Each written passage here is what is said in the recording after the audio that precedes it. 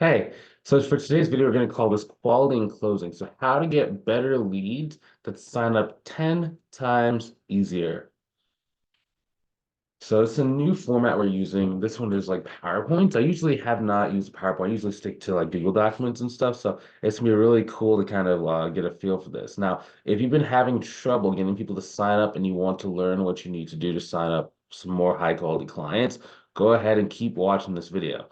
So who am I? So I started my firm back in 2015. Now, I actually had to learn marketing the hard way because I didn't really understand, number one, what made people want to buy. Number two, what caused people to want to buy bookkeeping services at higher price points. What that led to me was like really having a lot of struggles, and I was not very, very good at getting people to want to work with me, right? Now, because of this, I actually had to go back to my job for about 8 months while I like had to learn all this stuff from scratch. So I was like investing in like courses, I was investing in masterminds, I was investing in so many different types of things to kind of figure out what I need to do in order to make sure that I could find success. Now, eventually I figured it out step by step, and I got to about $15,000 a month in my business in about 14 months. Now, why should you maybe watch this video? So currently I have a six-figure accounting and bookkeeping firm, and I've helped over 315 people start and grow their business. Now, the tips contained in this document have helped one of my students go from $3,000 a month to about $10,650 per month in her bookkeeping business. It took about 45 days to accomplish that. Now, if you want some help growing your income so you can live a life of freedom without having like go into a lot of the struggles that cause most people to fail, go ahead and click the link either above or below the video to book a call with me to see if I can help you inside of our program. Okay, so let's keep going. So, common struggles in client acquisition. So, the first thing is to focus on going after better quality clients because the challenge that most people have is that lead quality is really bad in the beginning, and most people don't really know how to get good quality leads. So what that leads to is it's harder to charge the price points we need. It's also harder to get people to commit because those people that want to think about it, they want to get like five, six, seven, eight, nine, 10 quotes, and it's very, very hard for most people to kind of close bad leads. And what that can also lead to is that you end up either getting a bunch of clients that end up not want to really pay that much money, or you get very, very frustrated because it takes so long to end up actually getting clients. But if you're speaking to low quality prospects, okay, you can be a master of sales and they aren't really going to pay you a high price point. So it's like it has to go hand in hand because the higher the price point and the lead quality generally tend to be very, very interlinked. Now, the first thing is to focus on going after better quality clients. Now, before we go further, I actually want to kind of think about this because most people struggle to get clients to pay above $300 to $650 per month when they're starting out. The goal is to try and go after clients that can afford to pay about $1,000 or more per month.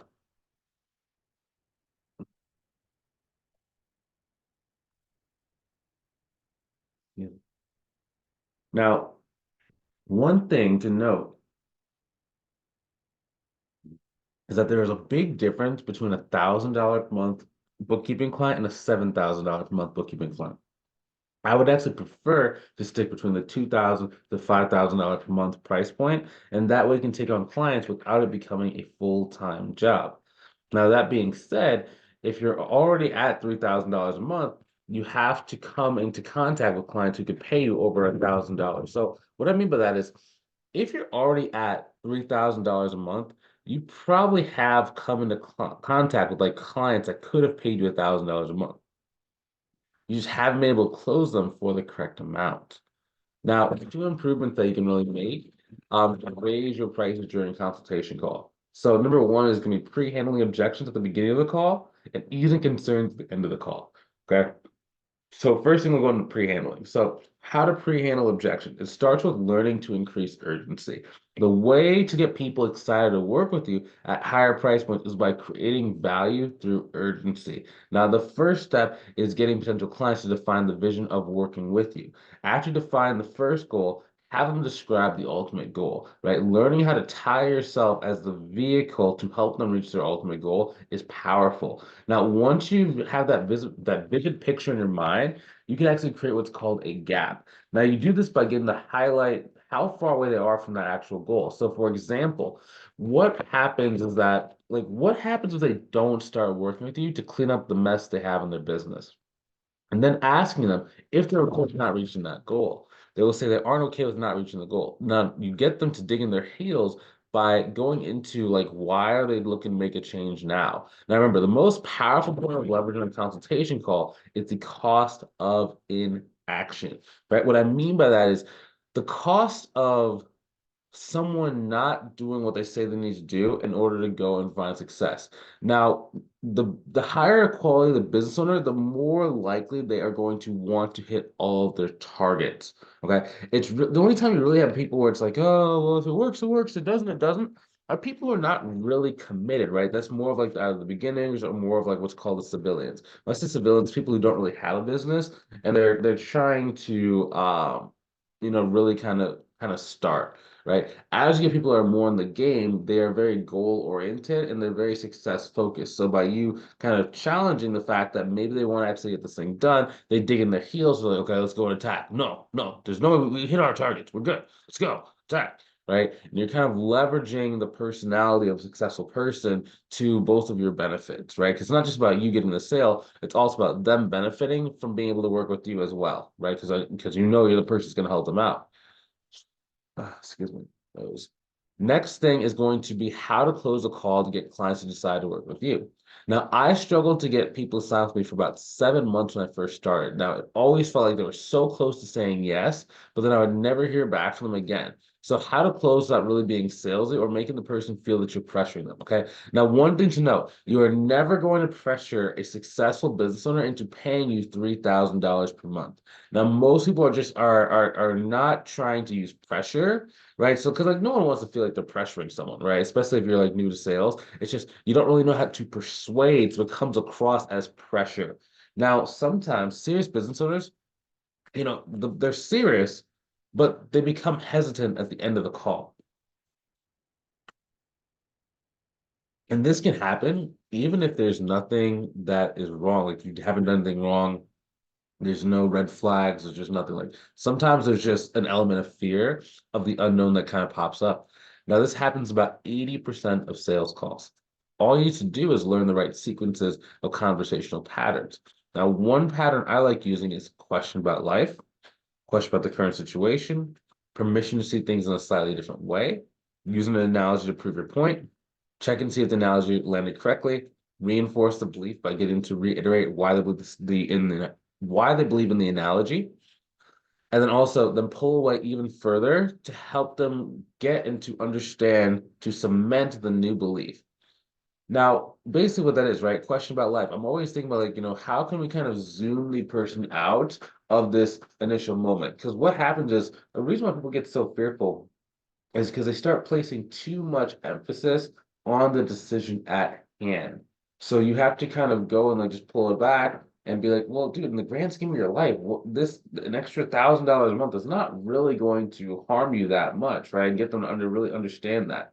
Now, I'm also asking about the current situation because remember, like they're on the call because they don't like their current situation. Now, the only way to change your current situation is to really face that fear and to kind of move things forward. And then permission to see things in a slightly different way. Now, this is just like you never want to just tell someone what to think, right? Because no one wants to be told what to do, especially if they're like successful, right? So to ask permission to be able to start speaking into their life and kind of say, okay, cool, this is what I think that is the best option for everything that's involved, right? Pros and cons of everything that's involved. Then I'm going to use an analogy, right? Because like most people learn through stories so they can understand, right? Because they can put themselves in the position of the character in the story, and they can understand like the outcome of the lesson, right? Because like even when we were like children, right? We always like most depending on the time, right? Nowadays they have like iPads and stuff like that, and I don't think a lot of children can read, right? But you know most people learn through analogies, especially if you grew up like in religion, right? Because like most like let's say you're Christian, right? You have like a lot of Bible stories. Those are analogies, those are situations, so you can learn the lesson from those. So that's how a lot of people learn. So it's easier to give an analogy and then the person understands it rather than you just telling them like, don't say like, okay, don't when you're crossing the street, you gotta look left, right, left. Okay, you can tell someone that, but most people, though, they won't really learn or understand the reason why.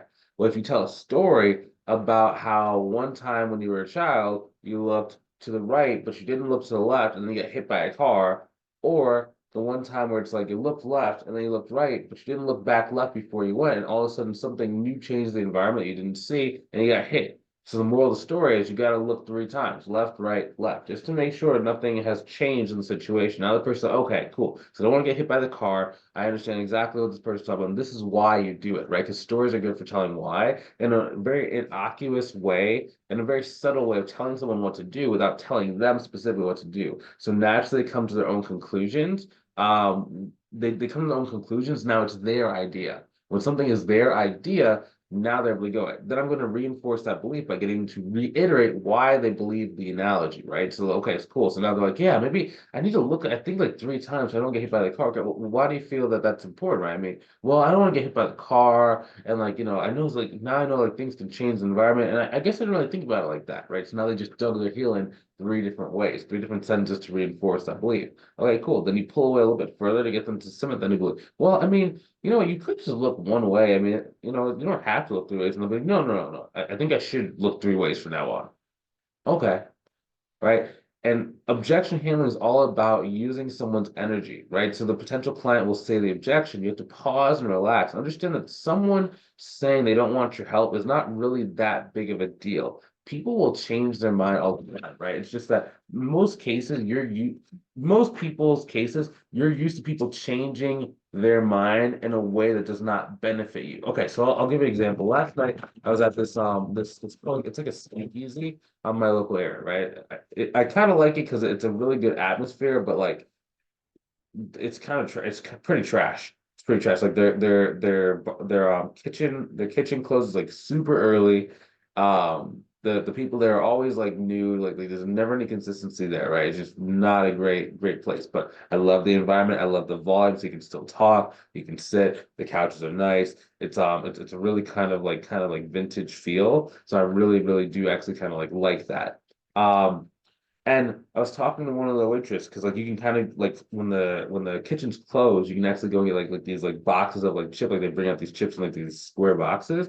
And it's really cool. So it's like, hey, I don't really know if we can do this, but like, could you kind of go and get us some chips? I don't know if you have that option. I of course knew they had the option, but she's like, yeah, no, we don't do it anymore. We stopped doing it about 3 months ago. I'm like, oh, okay. Well, I mean, you seem like a pretty powerful person. I mean, do you think you could maybe figure out a way to go get some? And then she was like, "Oh, well, I don't know." Right. And I was like, okay, cool. I wasn't trying to push. So you have to know who you can push versus who you have to pull versus who's just like not kind of budging. So I was like, okay, it's not that big of a deal. Whatever. Just please bring us our regular drinks. So then the person comes back like 20 minutes later with the box and chips in hands, right? She changed her mind, right? People change their mind all the time. It's just most people are not used to someone change their mind to do what they say. Most cases, someone maybe says yes to sign up with you and they don't sign up. Or maybe someone says they're going to review your proposal, but they never get back to you, right? So that's what most people are experiencing. But when you start being able to start like getting people to make good decisions, right? You notice like, okay, people could say they don't want your service, but it's like 5 minutes later, they might want your service. You know what I mean? It's just you have to start learning how to turn the tables in your life to get more positive outcomes that you want, especially when dealing with people. Now, oh, cool. I'll even give you an example of this in real life. Okay, so do you feel we make decisions based on our past experiences? Okay, you're looking for a yes or you're looking for a no, right? So in a lot of cases, depending on the person's background, they're going to say, they're probably gonna say yes. Okay. Now the reason why it's important to get a yes or no is because you're trying to ask a question that's very hard for them to refute or for them to disagree with, right? 'Cause we need agreement, right? We're asking a question about life so we can get the agreement so that the person relaxes. Okay, cool. So then you ask a question about their current situation. Okay, well, based on what we spoke about, how likely are you able to get that loan if we don't have your financials cleaned up within the next 2 weeks? Should the other person say, well, I'm not gonna be able to do it, or this or this or this. Like again, you want it to be something where it's like they can talk about, not necessarily that you don't necessarily want it to be where they're saying, I'm going to work with you. Okay, we don't necessarily want that. We need this to get done, right? Because it's not really about whether they work with you versus they work with someone else. We need to have some sort of confirmation that they're going to get it done. If they don't, there's consequences. Okay. After that, then it's going to ask for their permission to see things in a slightly different way. So you ask them, are you kind of open to maybe seeing things in a slightly different way? Now, the key is to have a lot of analogies that talk about the way they view the decision about working with you. Now, there's a couple different types of objections. There are time-based objections, like do they see another person who's going to, do they kind of see you as another person who's just going to suck on their time? Or do they see you as a gateway to savings slash creating time slash creating money for them, right? Next is money-based objections. Do they see you as an expense or a way to grow the top line or the bottom line? Okay, that's a really important thing, right? If they see you as an expense, you're going to have a lot more resistance. You have to go and educate them why you're not an expense. If they see you as a partner or someone that's going to help them do what they need to do, especially when you start talking about AP and AR, that's when you can really start tying towards some money. Same thing with like if you're doing inventory management, same thing you're doing like some CFO related stuff where you're helping them improve their profit margins. Same thing we're doing tax planning, right? You're always trying, if at all possible, to trade money for money, right? Because you're essentially trading money for a discount. So someone is, for example, someone might pay me for my mentorship program, right? They might pay X thousands of dollars for that. What they're buying is $100,000, $200,000 per year for the next 10 years. So let's say it's 100,000 per year for 10 years. That's on like the low end, right? That's $1 million that they would have paid for less than $15,000 for a program. So they're essentially buying money at a discount, right? It's a money for money trade. So the more you can get people to understand on your services, it makes all these closing scenarios so much easier because a person can logically see that, okay, if I do this, then this happens. Now, when you're doing an accounting service where it's like black or white, right, where it's a very tangible return, if you're able to go and do that, it makes a lot of sense for the person to go and it increases the percentage of you being able to actually get someone to want to work with you. Now, next is value-based objections. Now, in some cases, the business owners can afford to pay you more, but they're prioritizing something over you, or they have not made that connection to, $1 in, $5 out from working with you. So they're always going to say your price is too high. And it's not that they can't pay it. That's a really, really important thing, right? You might interpret as they can't pay it, and they can't afford it, but they just didn't want to, right? Next thing is you're going to want to use an analogy to prove your point. Analogies can be very, very, they can vary based on the scenario. And generally, you want to use an analogy that most people understand or most people will know about. Nursery rhymes, movie plots work very, very well. Same thing with like if you know they're Christian, you can talk about like Bible verses. If you're, maybe you're a different religion and they're both the same religion, you talk about those, right? Now, the key is to try to use an example that almost everyone comes to the same conclusion about. Because remember, we need to have irrefutable things that we're talking about that allow the person to kind of see things from a different point of view. It's not necessarily just about selling them on working with you, right? It's also about, are we changing the person? We help them actually get to the next level. We help them think differently, okay? Next, we're going to check in to see if the analogy landed correctly. Now, does that make, like, you literally would say, like, does that make sense? After that, you reinforce the belief by getting them to reiterate why they agree. Now, if they say, yes, you're right, then you say, well, why do you feel that's right? Okay. This gets people to start to form their own conclusions. You never want to be telling people what to think. Okay. It's always better to have them form their own opinions. Now, after that, pull away even further from them to get them really fully locked into belief, right? Things like, well, you don't really have to do this now. You could wait for like, 3, 6, I don't know, 12 months from now. Right now, I'm saying that kind of like not a sarcastic tone at this very second when I'm filming the video, right? It's different than what I would say if I'm in the situation. If you're in the situation talking to the business owner, you want to have very, very high empathy and you want to make sure that your voice is conveying that's like, hey, it's okay if you don't move forward, right? And by leaning out more, that's called leaning away, right? It causes someone to lean in towards you. So now they're moving towards you. Now, some salespeople say like they start chasing you. I don't necessarily know of it. I don't like that phrasing of like of they start chasing you because that's a lot of ego that's involved. It's more of they start collaborating with you. They start really sharing with you. They start being a part of your team. They start really getting on the same side as you, right? So it's not like, oh, they're chasing you. Okay, I'm the prize. No, it's not like that. We're both in this conversation now, and we're both able to kind of like explore this part of the journey together. Okay. Now, I like the thing where it's like, you could wait 3, 6, 12 months from now, blah, blah, blah. I love that because it allows people to make up their own minds. Now, the more dominant of a personality the business owner is, the more effective that doing that lean out strategy is. Now, you know you've done it correctly when the business owner goes, yeah, of course I'm going to do this right now, right? That's an amazing thing, and it will happen more times than what you expect when you start really getting good at this process, okay? So I hope this helps. You can do this, okay? Now, if you want some help growing your business so you can like really have your income grow to a point where you can either leave your job, spend more time with your family, or even start investing more inside of your retirement account, go ahead and click the link inside the description, either above below the video to book a call, see if I can help you inside of one of our programs. Now, this video is more of like a preview into some of the stuff we talk about inside of our program. We're going to give you a lot more specifics and customized advice to make sure you can start growing as much as you possibly want to, okay? So also, some people wait to do this and they end up like running out of steam and end up living in the same spot for years when all they need to do is just reach out and finally get some help so they can go and reach the life they want, okay?